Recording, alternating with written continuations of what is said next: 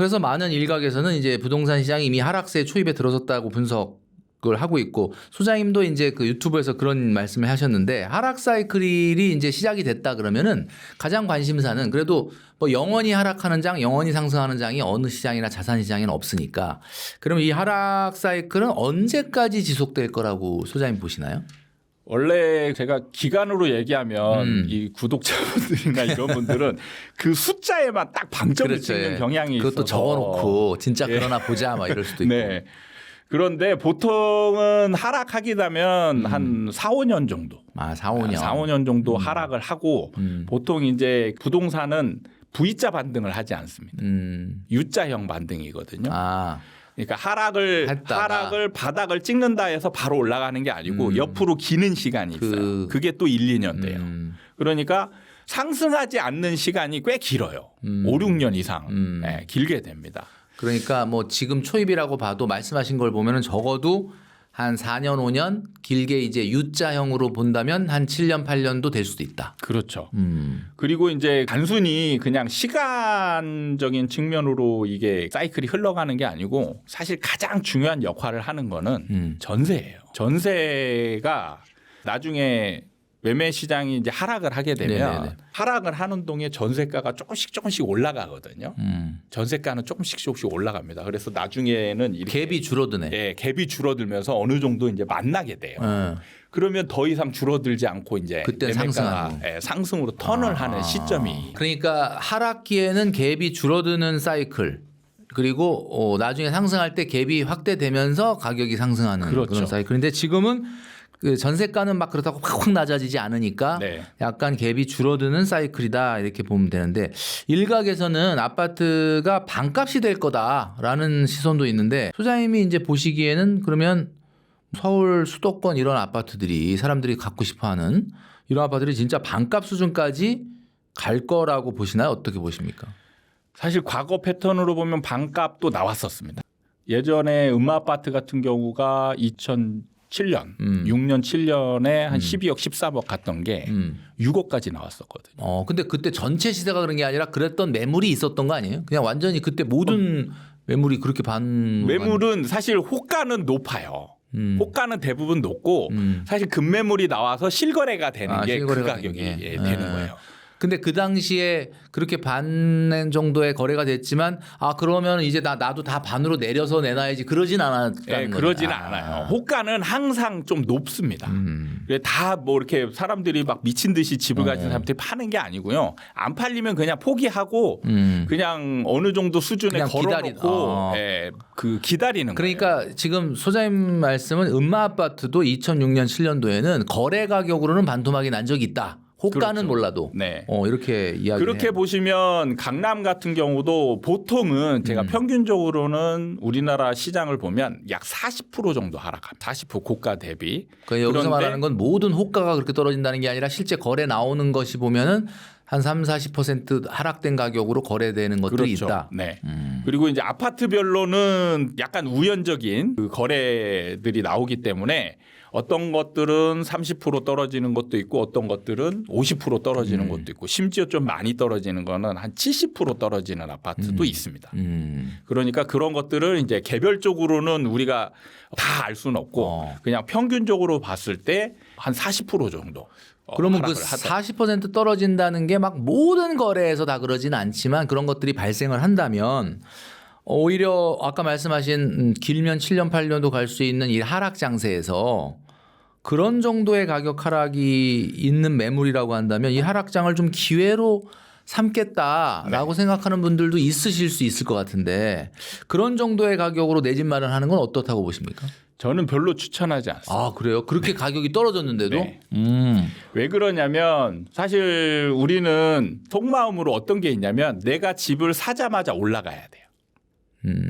근데 안 올라가잖아요. 내가 그렇게 싼 가격으로 사서 너무 좋아했지만 그 싼 가격에서 더 이상 회복이 안 돼 버리는 거네. 네. 그러면 그거는 잘못 산 거가 되는 겁니다. 그 사람 입장에서. 그 사람 입장에서도 그렇고 실제로도 그래요. 왜 그러냐면 집값이 안 오른다라고 전제했을 때 실거주만 따질 때요. 네. 매매와 전세를 비교를 해야 돼요.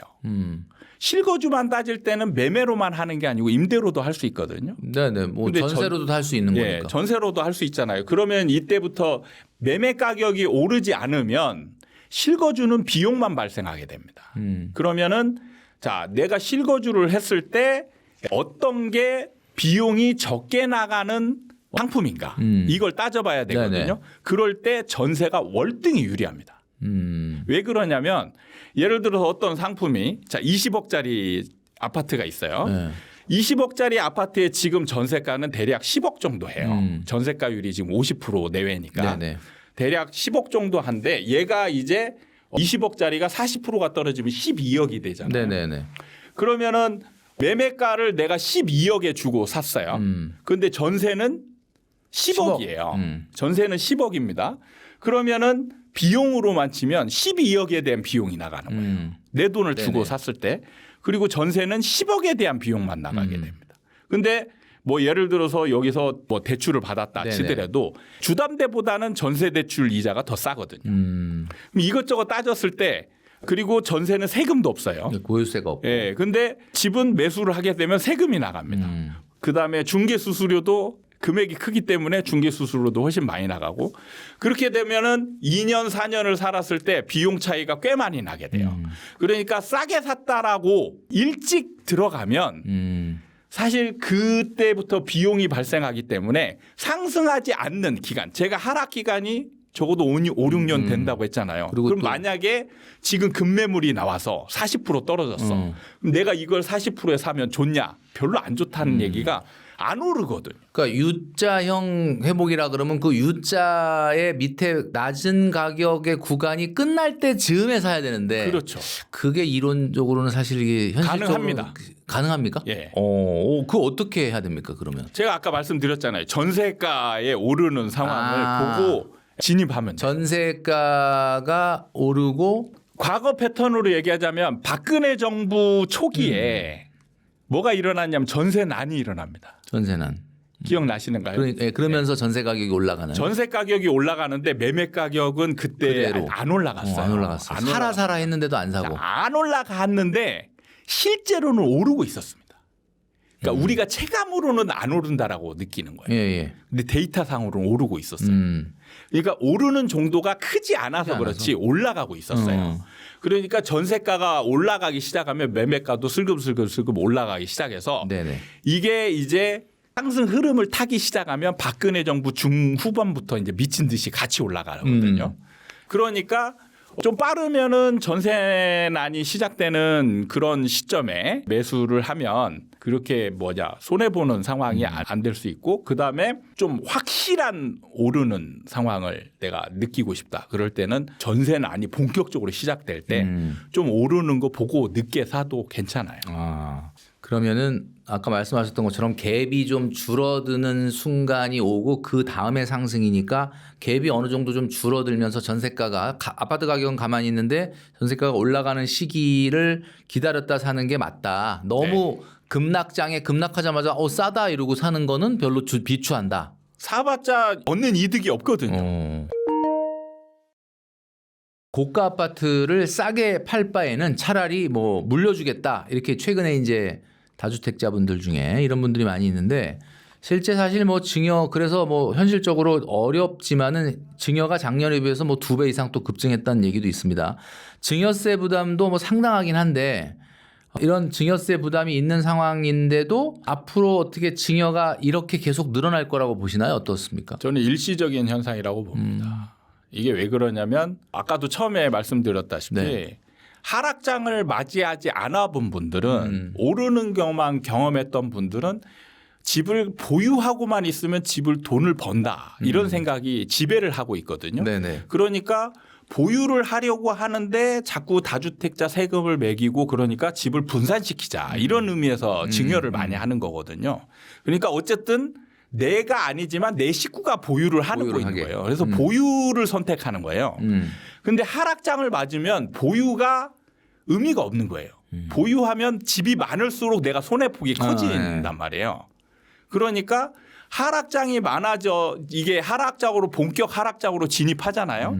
그러면 증여를 하는 게 의미가 없는 거예요. 그럼 나중에 그냥 더 싸진 다음에 그때 사주면 오히려 더 이익인 거죠. 그렇죠. 네. 그러니까 이거는 일시적인 현상이다. 그렇죠. 그러니까 아직 하락장으로 본격 진입하지 않았기 때문에 이분들이 하락장이라는 걸 지금 인지를 못하고 못하니까. 예, 하락장이 아직은 오지 않을 것이다라는 믿음이 있기 때문에 버티는 거예요. 최근에 이제 경매 시장에서도 초고가 강남 물건 전반적으로 낙찰가율이 하락을 하고 15억 이하의 물건들이 뭐 활발하게 이렇게 낙찰이 또 이루어졌다고 하는데 경매 시장도 한번 들여다볼 필요가 있을 것 같은데 경매 시장도 투자가 아닌 실수요 중심으로 재편되면서 일반 부동산 시장과 좀 동조화되고 있다. 뭐 이렇게 얘기를 하는데 이렇게 봐야 될까요? 어떨까요? 경매 시장은 일반 시장을 그대로 따라갑니다. 약간 후행하듯이 따라가는데 일반 시장이 막 과열되고 좋아지잖아요. 그럼 경매 시장도 과열됩니다. 그래서 보통 문재인 정부 때 낙찰가율을 보면 100%가 넘어가요. 경매 시장이. 예. 경매 시장이 과열돼서 감정가를 넘어선 금액으로 낙찰이 됩니다. 그러니까 과열이 되는 거죠. 그러니까 지금이 이제 이제 초입으로 들었잖아요. 네네네. 아직 시장에서는 사람들이 시장 참여자들이 하락을 인지하지 못하고 있습니다. 그러면은 상승할 거다라고 생각하는 분들은 경매 시장이 굉장히 좋은 기회가라고 생각하거든요. 그래서 이제 이런 것들을 조금씩 하는데 이것도 시장의 흐름에 따라서 약간 후행하듯이 네네. 나타나는 게 아직은 지금 살짝 꺾이는 느낌이기 때문에 조금은 이제 경매 거래들이 일어날 수 있는데 조금 지나잖아요. 그러면 경매도 침체됩니다. 하락하는데 경매 감정가가 생각보다 싼데 하지만 자 여기서 집값이 하락하면 내 감정가보다 더 내려갈 수도 있겠네. 이런 생각이 드는 순간 처리 안 이 되는 입찰가를 넣을 때 굉장히 보수적으로 넣게 되죠. 그러면 이제 유찰이 되거나 이런 상황들이 네. 꽤 많이 나오게 되는 거예요. 그러면 이제 계속 그 가격이 떨어지게 될 수밖에 없는 상황이 된다는 거죠. 네. 그 이재명 정부가 등록 임대 사업자도 다주택자 규제 대상으로 이제 조금 조준을 하면서 임대 사업자들이 그동안에 받아왔던 세제 혜택이 좀 축소될 가능성이 있어 보이는데요. 이 임대 사업자들에게 줬던 세제 혜택이 축소된다라고 하는 상황에서 시장에 어떤 영향을 줄까요? 저는 개인적으로는 등록 임대 사업자는 시장에 미치는 영향이 그렇게 크지는 않을 거라고 봅니다. 임대계약도 어떻게 갱신할 때 보면은 딱 그 임대 전환율로 그냥 딱딱 갱신하고 네. 이러니까. 그러니까 사실 상승장에서 임대 사업자 때문에 올랐다는 얘기들이 굉장히 많이 나왔거든요. 한때 그랬죠. 예. 근데 저는 이제 시장을 분석하면서 임대 사업자가 이렇게 시장에 막 엄청난 영향을 줬다라고 생각을 안 하고 있기 때문에 하락장에서도 사실 임대 사업자의 혜택을 세제 혜택을 없앤다 해가지고 이게 막 매물로 막 쏟아져 나오면서 폭락을 만들 것이냐 이렇게 봤을 때는 그렇게 영향은 크지 않다. 그리고 제가 조금 의심스러운 거는 지금 임대 사업자의 비중을 봤을 때 우리나라 이제 주택임대 사업자 얘기인데 네. 주택임대 사업자가 생각보다 오피스텔이 많거든요. 그러니까 오피스텔이 비중이 훨씬 큽니다. 네네. 그럼 실질적으로 주택 시장이라고 하면 아파트 시장을 얘기하는 거거든요. 그렇게 보면 아파트 시장의 등록 임대 사업자 비중 굉장히 작아요. 생각보다 많지 않다. 네, 지금 생각보다 우리나라의 그 다주택자 비율이 제가 듣기로 한 16, 17% 뭐 이 정도로 알고 있는데 네. 그 다주택자들 중에 등록 임대 사업자들은 비중이 어느 정도나 되나요? 그건 정확히 지금 제가 조사를 안 해봐서 정확히는 모르겠는데 한 3분의 1은 안 되죠. 당연히. 등록 임대 사업자 비율이 굉장히 작습니다. 작죠. 네. 그리고 오피스텔이 정말 많아요. 그리고 이제 주택 아파트보다는 그게 많고 그러니까 생각보다 시장에 뭐 사실 엄청나게 영향을 주진 않는다. 그러니까 오피스텔이 왜 많은지를 아셔야 되는 게 오피스텔은 사실 일종의 하이브리드거든요. 실제 사용 용도에 따라서 사무실이 되기도 하고 주택이 되기도 한단 네네네. 말이에요.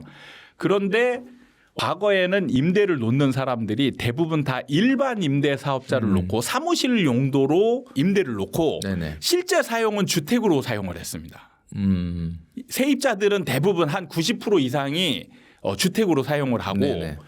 대부분의 임대 사업자들은 일반 임대 사업자를 냈어요. 그러니까 이게 미스매치죠. 네네. 그러면 어떻게 이거를 피해가냐? 주소 이전을 못하게 하는 거예요. 그렇죠. 주소 이전을 못하게 해서 일종의 공실인 것처럼 이렇게 놔두고 해서 사무실로 위장을 하는 거죠. 그래서 이제 박근혜 정부 때 이 전세난이 있을 때 주택으로서 임대를 좀 활성화시키기 위해서 등록임대사업자를 막 이제 활성화시킨 거거든요. 그래서 그때 한 게 오피스텔이 사실 굉장히 임대사업자들이 좀 불편했단 말이에요. 일반 임대사업자를 놓으면서 실제 사용은 주택으로 사용하니까 임대료도 적정 임대료를 못 받고 이랬는데 주택임대사업자로 세제 혜택을 주면서 주택임대사업자를 내서 하면은 이게 이제 주택으로 사용해도 주택으로 그때 막 인정이 안 되는 그런 상황이 됐단 말이에요. 그래서 신규 오피스텔은 거의 다 그 등록 임대사업자가 되기 전까지는 오피스텔은 다 거의 100% 일반 임대사업자를 냈는데 주택임대사업자가 되면서 거의 100% 거의 90% 이상이 주택임대사업자를 냈단 말이에요. 그러니까 그때 당시 이후로 분양된 오피스텔은 거의 대부분 주택임대사업자인 거예요. 근데 그 통계로 보면 100몇만 명인가 이렇게 되거든요. 그러니까 오피스텔 비중이 그때 통계로 봤을 때 한 7, 80% 된다라고 그 절대적이네요. 봤었던 기억이 납니다. 자, 오늘 굉장히 오랜 시간 동안 우리 소장님이 여러 가지 이야기를 해주셨고 또 일반적인 다른 분들에 비해서 굉장히 좀 날카로운 그런 인사이트를 말씀해 주셨는데 우리 부티풀 구독자분들에게 마지막으로 내가 지금 내 집 마련을 할까 말까 어떻게 할까 막 굉장히 이제 고민하는 분들이 많이 있는데 그분들에게 좀 하나의 어떤 기준점이 될 만한 이런 가이드를 좀 주신다면 내 집 마련 앞으로 어떻게 준비하는 게 좋겠다. 한 말씀 좀 마지막으로 해 주시죠. 자, 일단은 여러분들에게 드리고 싶은 말씀은 내가 집을 사고자 하는 목적을 분명히 해야 됩니다. 지금 내 집 마련은 사실 여러분들이 허울 좋은 이 뭐랄까 이미지에 세뇌된 거예요. 여러분은 내 집 마련이 아닙니다. 그냥 시세 차익이죠. 네. 그러니까 진짜 실거주 때문에 필요해요. 그러면 전세 4년 살 수 있으니까. 네. 전세라는 상품이 있기 때문에 실거주만 따지면 전세가 월등히 유리합니다. 근데 여러분들이 집값이 올라간다라고 전제하고 있기 때문에 매매를 고려하고 있는 거예요. 그러니까 이걸 분명히 해야 되는 이유가 뭐냐면 내 집 마련이라고 하면은 착각을 많이 한단 말이에요. 이 본인도 속아서 나는 진짜 내 집 마련. 나 진짜 실거주용이야. 네, 실거주용이야. 근데 실거주용으로 여러분이 들어가더라도 결국에는 뭐냐면 집값이 올랐냐 떨어졌냐라는 결과와 마주치게 돼요. 그러면 만약에 집값이 떨어졌다. 그러면 여러분이 나는 떨어져도 괜찮아라고 들어갔던 분도 반드시 후회하게 돼 있습니다. 그리고 실질적으로 재산상의 손실을 엄청 입어요. 왜 그러냐면 부동산은 레버리지를 끼지 않으면 여러분들이 현금 100%를 주고 살 수 있는 부동산이 이제 거의 없습니다. 레버리지를 끼고 있어요. 그럼 여러분이 만약에 좀 과장돼서 여러분 자금이 30%밖에 안 된다. 그렇게 해서 집을 샀다. 그럼 30%만 그런 상황에서 30%만 하락하면 어떻게 되냐. 여러분 자산이 제로가 되는 거예요. 내 돈 다 주고 샀을 때는 30% 하락하면 나도 손실률이 30%밖에 안 되지만 레버리지를 낀 상태에서 여러분이 집값이 30%만 하락해도 여러분 자산은 제로가 되는 겁니다. 그래서 이런 부분을 내 집 마련이라고 하면 이런 것들을 깊게 고민 안 해요. 그리고 올라가냐 내려가냐도 잘 따지지 않아요. 근데 나중에 현실적으로 이런 상황에 직면하게 되면 저는 수천 명을 상담하면서 예외적인 사람을 단 한 명도 본 적이 없어요. 손실을 본 사람은 그 집에 대한 애정이나 내가 이걸 잘 샀다라는 사람 단 한 명도 없었습니다. 집값이 올라갔기 때문에 하자가 뭐 물이 새고 이래도 만족도가 높아요. 집값이 떨어진 데는 엄청나게 살기 좋은 집도 그 집은 안 좋은 집이 되는 겁니다. 그래서 여러분들이 목적을 분명히 해야 돼요. 네, 우리나라 시장은 내 집 마련은 1도 없다. 여러분은 시세 차익용으로 사는 거다. 그래서 시세 차익이 확률적으로 높을 때만 집을 매매하는 거다. 그래서 버텨라 이런 얘기도 그게 겪어보지 그런 얘기를 하는 분들은 대부분 하락장을 맞아보지 않은 분들이 그런 얘기를 해요. 예, 하락장을 맞은 분들은 그 하락장에서 겪는 고통을 진짜 눈물 없이는 들을 수 없을 정도로 정말 고통스러운 집의 상태가 됩니다. 그거를 많은 분들이 알려주지 않기 때문에 여러분들이 내 집 마련이라고 착각하게 되면 그런 상황을 맞이할 수 있게 되는 거예요. 그래서 제일 먼저 해야 될 게 목적을 분명히 해라. 이런 말씀을 드리고 이제 확률 높은 오를 가능성이 많은 그리고 조금 좀 심하게 제가 말씀드리는 게 오를 가능성이 뭐 몇십 프로를 보고 가면 안 돼요. 집은 우리나라 집은 보통 상승장에서 작게는 3배, 레버리지를 낀 상태에서 많게는 2000% 이상까지 올라갑니다. 네. 그걸 노리고 들어가는 거예요. 그러니까 지금 여러분들이 오른다 생각하는 분도 그럼 얼마나 올라갈까? 100% 미만이다. 그러면 안 사는 게 좋습니다. 자, 오늘 소장님께서 굉장히 여러 가지로 깔끔하게 정리를 해주셨는데 좀 집을 사야 되냐 말아야 되느냐 먼저 본인의 진짜 속마음 실제 어떤 목적으로 살려고 하는가를 생각하신다 그러면은 어쩌면 당장은 전세를 선택하는 것이 실거주에서는 더 유리할 수 있다 이런 말씀을 해주셨습니다. 자, 오늘 아파트 사이클 연구소의 이현철 소장님을 모시고 여러 이야기를 나눠봤는데 오늘도 굉장히 많이 도움이 되는 이야기를 아마 여러분들이 들으셨을 거라고 생각을 합니다. 오늘 소장님 나오셔서 감사합니다. 네. 네, 감사합니다.